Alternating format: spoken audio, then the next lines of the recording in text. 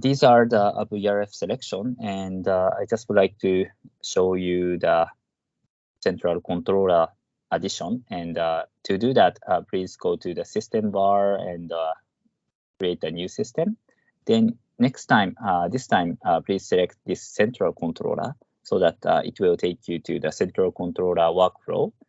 And please click this create button. In this central controller case, then it will directly take you to this canvas screen. In order to select central controller, please place the icon of the VRF systems first into this canvas. These two systems are what we already have created in the previous step. Please select these into the canvas. And if you click this all controllers, then it will show you the whole available central controllers here. Please select central controller which you want to add.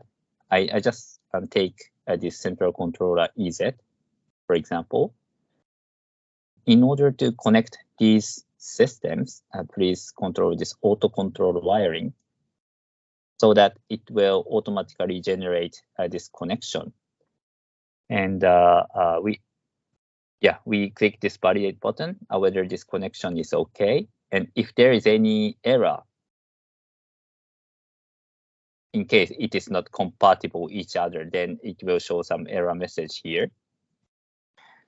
Once it is validated, you can see the wiring diagram from this connections button.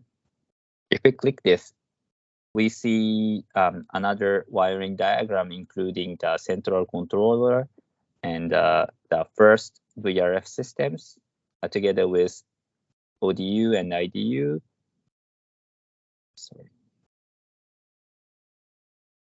And also the second VRF systems. It is a automatically generated wiring diagram, and it is also put into the report as it is as well.